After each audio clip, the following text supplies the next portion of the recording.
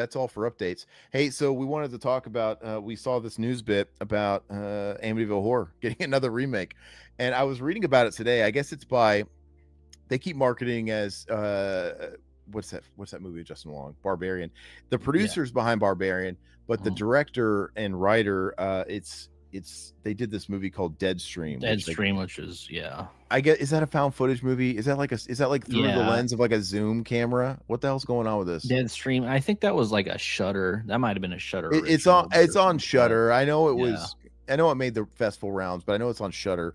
But it just sounds like 2022. Is it about like a Zoom haunting? What the hell is this? Found footage through Zoom?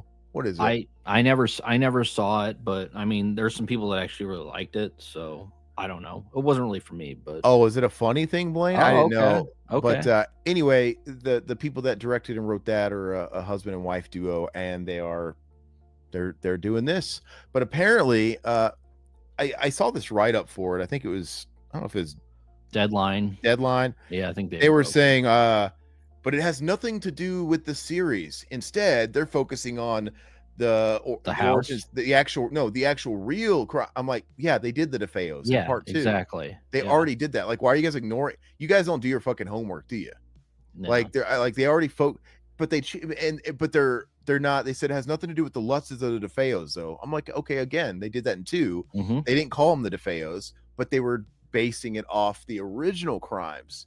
So I think that's probably a strike on Deadline, unless I don't know. That's the way I read it. Like they were focusing on that original crime, unless you read it differently, and they're like making up lore as to the demons that always existed in the house before the DeFeos. Which, by the way, are you saying the senior film reporter that posted this doesn't know his stuff? That's exactly what I'm fucking saying. Hold on, let me. He's calling you out, Matt Gruber. McGruber, dude. Okay, so let's see here. I'm gonna read it here. Joseph and Vanessa Winter, the married writer-director duo behind blah blah blah, Deadstream. Great, good for them. While you're probably familiar with the Amityville Horror franchise, going back to the 70s and the best-selling book, blah blah blah. It's not focusing on any of that old IP stuff. The roots are instead in. Oh, you got it pulled up. Okay. The roots are instead on the actual 112 Ocean Avenue itself and the legend situated in the public domain. Yeah, the Ronald DeFeo thing. Yep. So, but then it says that it's not gonna. We're told that neither did the DeFeo murders nor the Lutz story factor into the story here. Yeah. So, does that mean they're going to tell the DeFeo story and just change the names again? Like 2?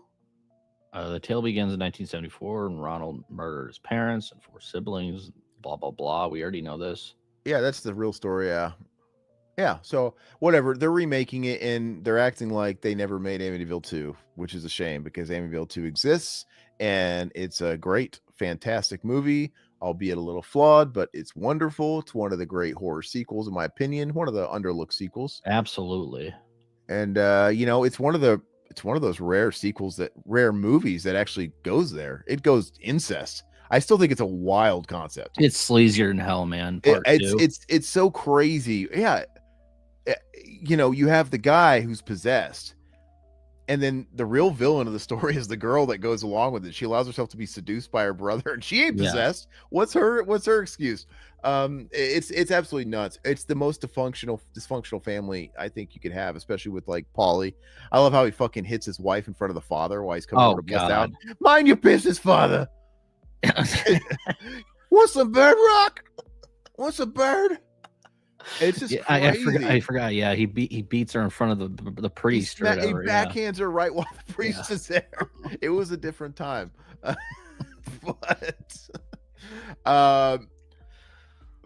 yeah, it's not. Yeah, it's crazy that this wasn't even like 4 or 5 sequels deep after it had like deteriorated and we had diminished returns.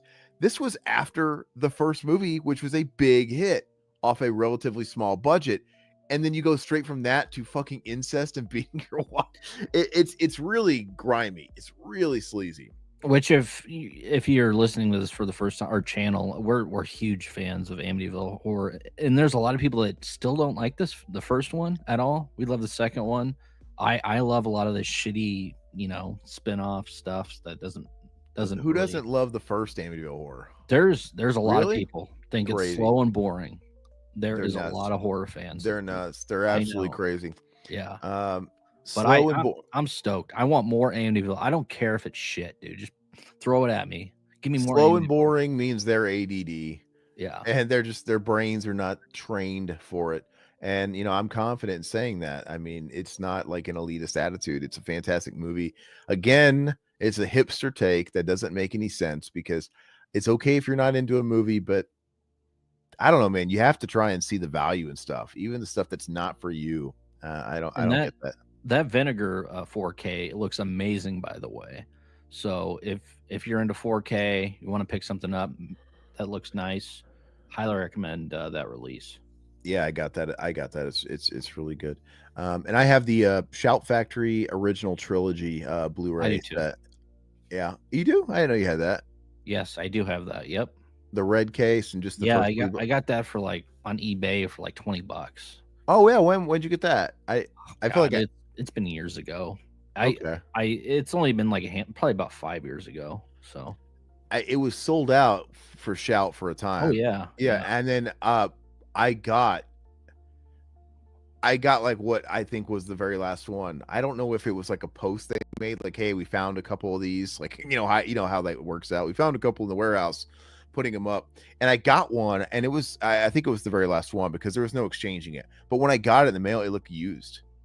Like, was this the fucking office copy? Because like there was no shrink wrap or anything on it. The box was beat to shit. All the cases has been opened. Those boxes are like paper thin. Mine's beat to crap too. It was, but I got it brand new, and it looked like it came from half price books, like absolute to shit. And like, I think even like one of the cases is chipped or whatever. I'm like, what the? And I tried emailing about that. I'm like, hey, can I get a reply? Like, we don't have any more. Like, that was it. Like, all right, the fuck is this? Maybe we need to watch Dead Streams. I've never seen it. I mean, it's Shudder. I have Shudder, so maybe I'll watch it. Big thanks to our awesome members for keeping Revival House alive, and to all the subscribers hanging out with us. You're the best. If you enjoyed the episode, go ahead and hit like, subscribe, and ring the bell. We've got thousands of hours of content and cover a wide variety of horror films, so there's always something new and creepy coming your way. We'll catch you next time for more spooky fun. Now you know what we are. Now you know what you are. You'll never grow old, and you'll never die, but you must feed.